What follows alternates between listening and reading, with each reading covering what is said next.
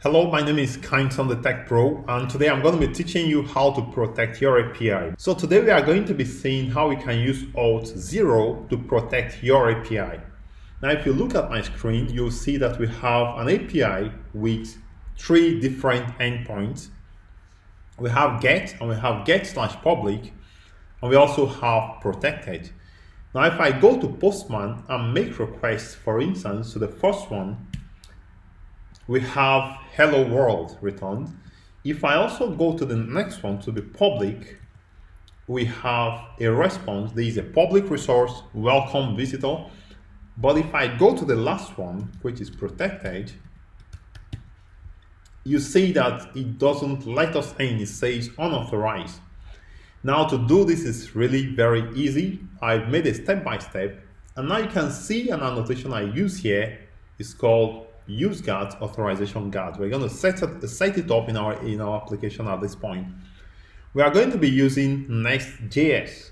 The benefit of Next is that you actually can build your front end with Angular and also with your back end with Nest.js in the same view or in the same application.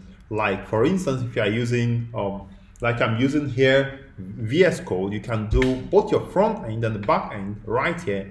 You don't have to build in Node.js at the back end, start the back end server, and then do the front end in Angular and start it up. Everything can actually be unified, and that is why Nest.js is very useful. But that's not what we are going to be talking about. So this tutorial is a beginner tutorial, so I recommend you follow it step by step. If you have any challenges, please do let me know and I'm going to help you out. All right, so I'm going to put away this, and if you want to get to my website, simply go to Google and type Kindson the Genius, and you can find my website here. If you get to my website, you can simply scroll down to the section where we have I wrote recently, and you can find this page right here. So let's go ahead to get started. So I'm going to be following exactly the steps in my website so we don't miss out anything. So the first thing I would like to do is first I'm going to close the folder here so that we can start from the scratch. So the first thing you want to do is to install Nest.js CLI. And to do that, I'm going to simply go to terminal of my VS Code. Kind of reduce the font here a little bit. So you simply type npm install globally, that is -g at Next.js. I already did this, but for the sake of this tutorial, I'm going to repeat it at this point. Next.js/CLI. So once you do this, Nest.js CLI command line interface is going to be installed, and the next thing we want to do is to create a Nest.js application. So it's similar to Angular application, exactly the same thing. So here it tells us a number of things. So if I'm installing global, it means I need to use sudo. So let me go back and just append sudo because I'm using Mac. So in this case, it's going to ask for the password, enter the password, and it's going to install normally. So this you can do in Mac and also in Linux. In Windows, you can also find in the documentation how to do this. All right, so I think everything installed perfectly. So it says it's already installed, so nothing happened. The next thing we want to do is to create a new Next.js application. I'm going to just call it Next API Demo. Next API Demo. So let me clear my console. I'm going to say next, new Next.js. Let me just call it Nest.js Demo. So Nest.js Demo, of course, is for Auth0. So we want to protect our API at this point. So let me call it Nest.js Demo. I'm going to hit the enter key, and it's going to create a brand new Next.js application. And enter, because I want to use npm. So once it starts, then we can actually start up this application and see exactly how it works. And it's really interesting because it scaffolds everything, generates all the files we need for the application to start up and run. So at this point, we created a new Nest.js application. So I'm going to cd into this folder. So it's going to be next demo. And let me see. So Nest.js demo, that's the name of the application. Next.js demo. And at this point, I can say npm run start, and it's going to actually start up this application and runs on port 3000. And if I go to port 3000 now, let me use a browser, http localhost at port 3000 should be this. So you see hello world. Now let's now open the application and see what files has been created for us. So I'm going to go to file, I'm going to open, and I'm going to see it's right here in the first one. So I'm going to open it. So let me go back to the step-by-step so that we can just follow the steps right here. So at this point, we have to now add two more endpoints. One is a protected one and one should be the public one. So I'm simply going to copy and paste from here, from my website. Okay, so where do we do it? We have to add it in the controller. Here we have the app controller. There is a spec, so we are not using it. And we have the app controller right here. So this is what we have that returns hello world. The hello world is defined here in the service right here. So I'm going to the controller and I'm going to add the two more endpoints right here. So I'm going to hit this, and the other functions have to be added in the service. So I'm going to copy this tool and add it in the service. So if I go to service, I can just paste it as well right here. So I think I should just swap these two. So I'm going to just copy this, paste it here, and copy this one, or cut it and paste it right here. All right, so we have the endpoints complete. So I'm going back to my terminal, and if I run this application, I'll see that I can access these three endpoints. So if I say npm, from here, from the command line npm run dev, I should be able to access the three endpoints without any restriction. Let's see. npm run start, it should be -dev. npm run start -dev. Sometimes I forget this. So at this point, if I go to port 3000, it works. If I go to public, it also works. This is public. If I go to private, it also private. So I think, let's check what the problem. Oh, not protected, but private. Not private, but protected. And this also works. So how do we start protecting one of these API? Now, there are a number of steps we are going to be following, so please pay attention carefully. I also recommend you bookmark this page because this is exactly the steps I'm following. Maybe I can just increase the font just a little bit. All right, so we need to create an authorization module and an authorization guard. So how to do it is quite easy as well. So I'm going to come here and start a new terminal. So let me just make some room right here.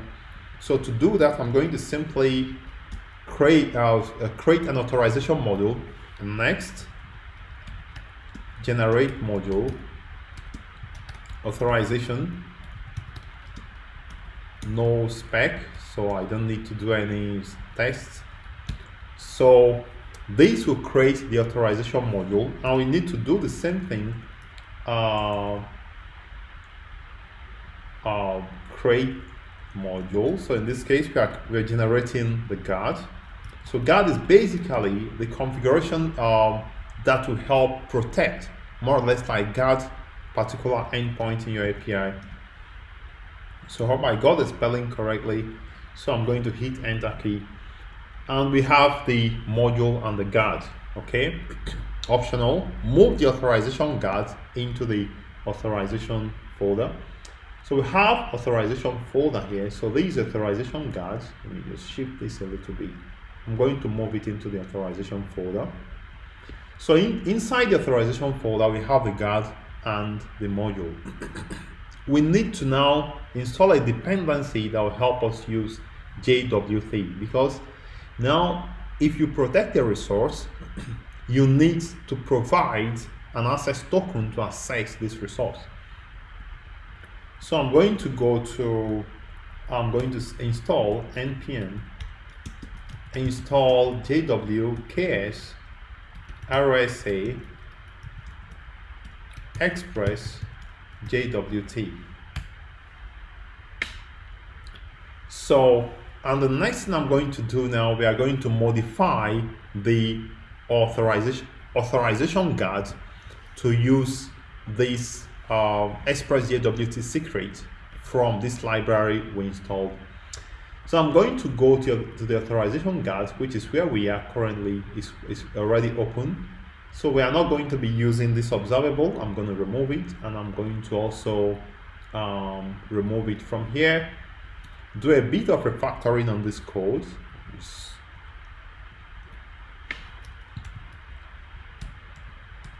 All right, so I think it's quite clear right now.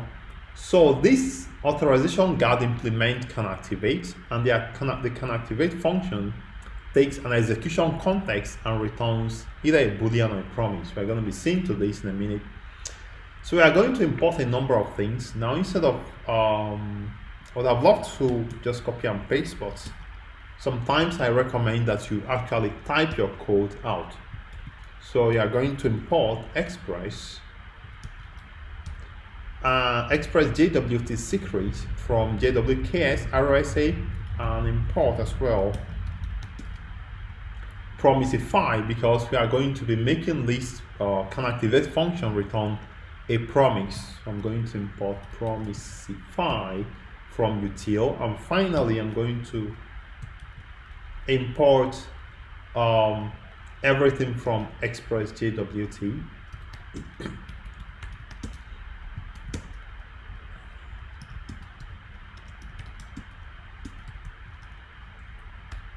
All right, so this is where we are.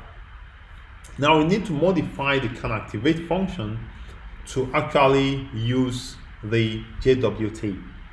So basically we are trying to tell this function that is going to create a jwt and is going to take the secret, the audience, and the issuer, and as well as the algorithm. So I'm going to make some changes right now. So inside this function, right here, I'm going to create a new function to check the jwt. So I'm going to say const check. Let me call it check jwt equal to. Now promisify simply helps you to return a promise from a function. So I'm going to use promisify. And at this point, go second. All right, so at this point, I'm going to say jwt, and it's going to take a number of things. Okay, so the options should be secret. For now, let the secret be empty. We're going to come back to it in a minute. And the next thing is going to be audience. For now, I'm going to leave it empty as well. I'm going to come back to it, and we have issuer. And finally, we have algorithms. And the algorithm should be RS256. RS256. Let me just make. So the algorithm is going to be RSA 256. So the secret is going to be express jwt secret, and it's going to be taking some configuration like cache true, and it's going to take rate limit. Let's use also true. And jwts request per minute is going to be, let's say, 5. And jwks URI. So we are going to be talking about the jwks URI in a minute, the audience and the issuer as well. We are going to be talking about it in a minute as well. So we're going to do a try, and we are going to do a catch. All right, so in the try block, we are going to await the check JWT function, and it's going to take a request and a response. We'll talk about this in a minute.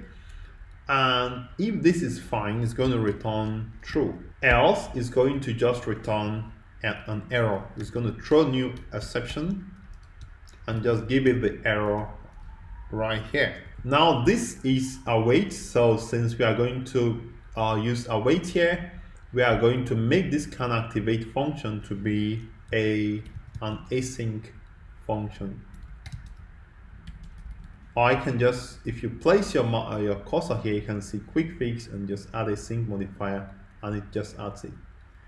So we are now returning this boolean. We'll just take out this.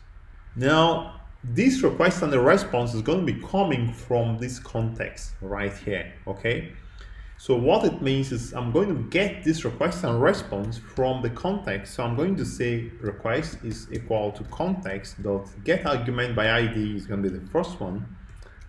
And so let's call it const. And the second one, const response, should also be get by index, and it's going to be 1. All right. All right, so this is where we are at this point. We've created the check JWT to check the JWT for validity, taking the request and the response, and it's going to return true if it's valid, else it's going to return error. Okay, so now we need to create a new API for Auth0. So what it means is that Auth0 is actually what is responsible for handling the actual authentication or authorization for our APIs. So we're actually going to go to manage.auth.com and create a free account. Right here in Auth0, you can just create a free account, and that is all you need to do. So if I shift this a little bit, you can see that I already have an account. So simply creating a free account, that's all you need to do, believe me, and you don't need to do any other thing. Any other thing we are going to be doing will be on the command line. Another thing you need to do, you need to install the Auth0 command line interface. So I'm going to go to my terminal. If you're a Mac or Linux, you can go to your terminal and simply run this code, brew install Auth0 CLI /Auth0. I already did it, so I have the command line interface, and also do install the deploy CLI as well. All right, so if you have done that, that will be fine. So the next thing we are going to do in our terminal, so first let me just clear my terminal. We are going to, let me shift this, create a new Auth0 API. This is what we are going to actually use to secure our API. So I'm going to say Auth0 APIs create. So at this point, it's going to ask for the name of the API. Now, this is not our API, it's the API that is going to be used by Auth0 to protect our API. So just follow the procedure. Believe me, everything is going to be clear as we go. So I'm going to give it the same name as my application. So I'm going to call it Nest.js demo. Nest.js demo. And identify the same Nest.js demo. And scope, I can leave it empty for now.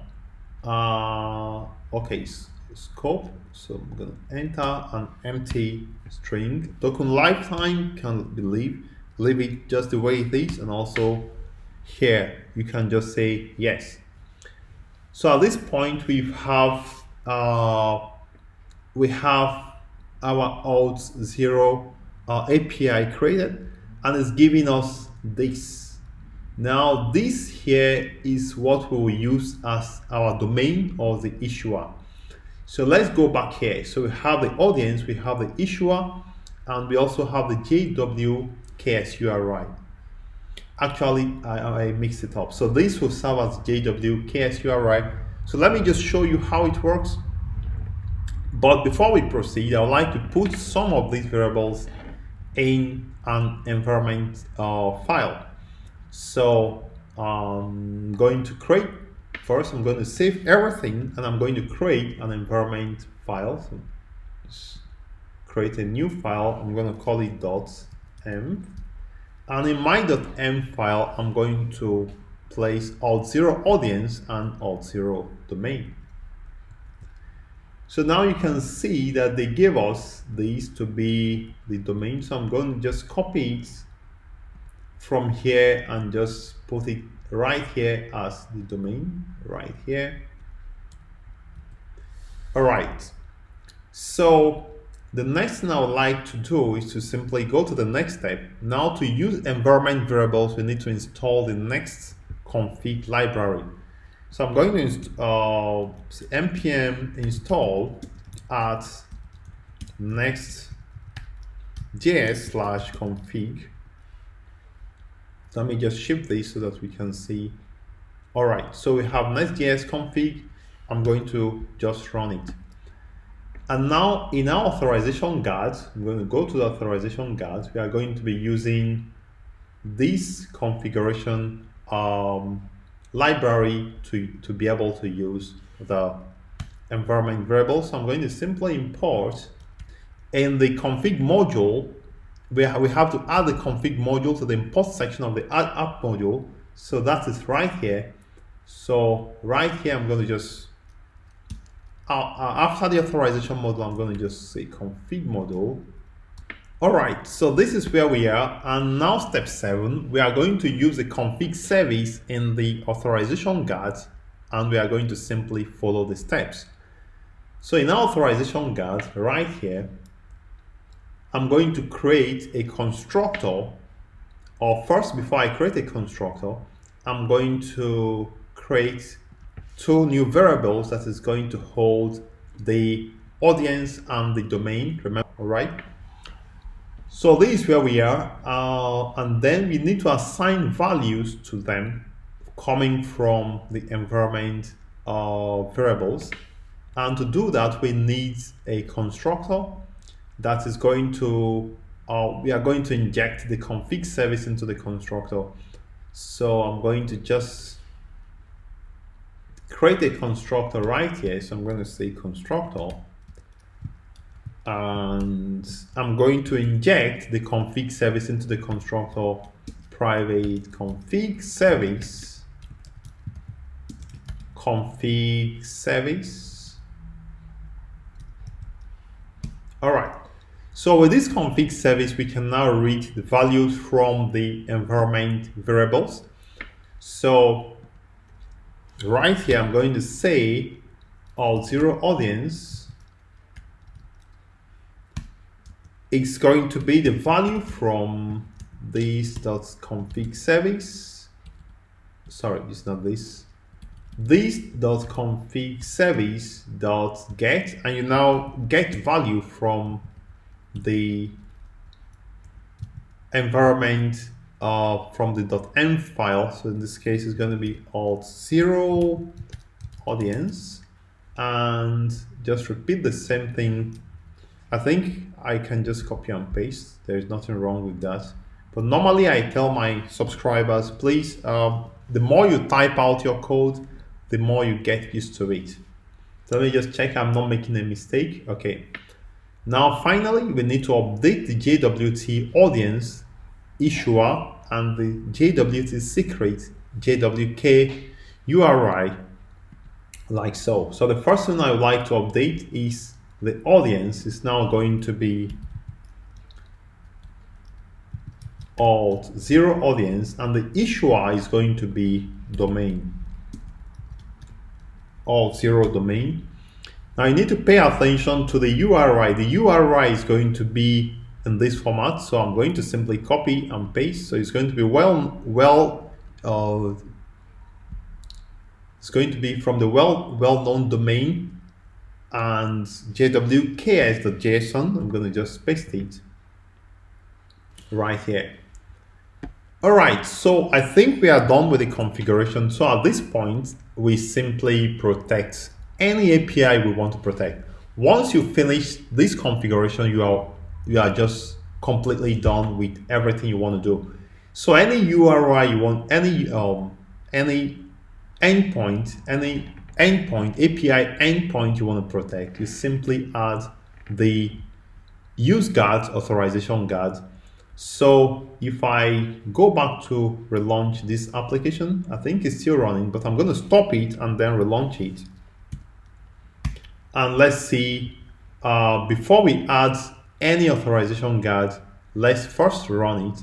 So we have the protected endpoint is giving us a return value, and we have the public endpoint as well, is giving us a value, a response.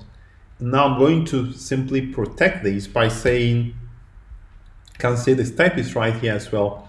So I'm going to simply say use guards and specify authorization guards. It's going to be this one. Okay. All right, perfect. So I'm going to save everything. I'm going to restart my server. And let's now see to make sure that it is protected. And I'm going to come here.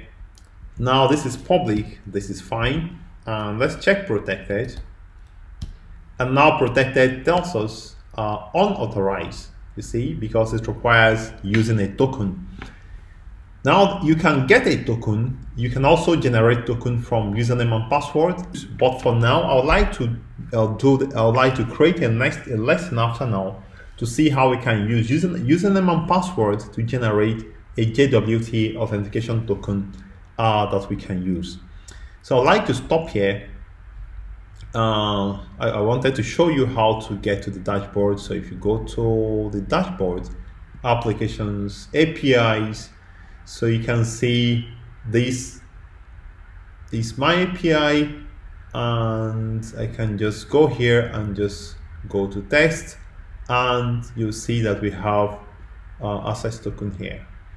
So I'd like to stop here. So this is how to protect your APIs using Auth0. Please subscribe to my channel and also keep watching, because I'm going to be making further tutorials to clarify and also to as a follow-up to this one. If you have any challenges, please let me know. I remain kind on the Tech Pro, and I'm always there for you.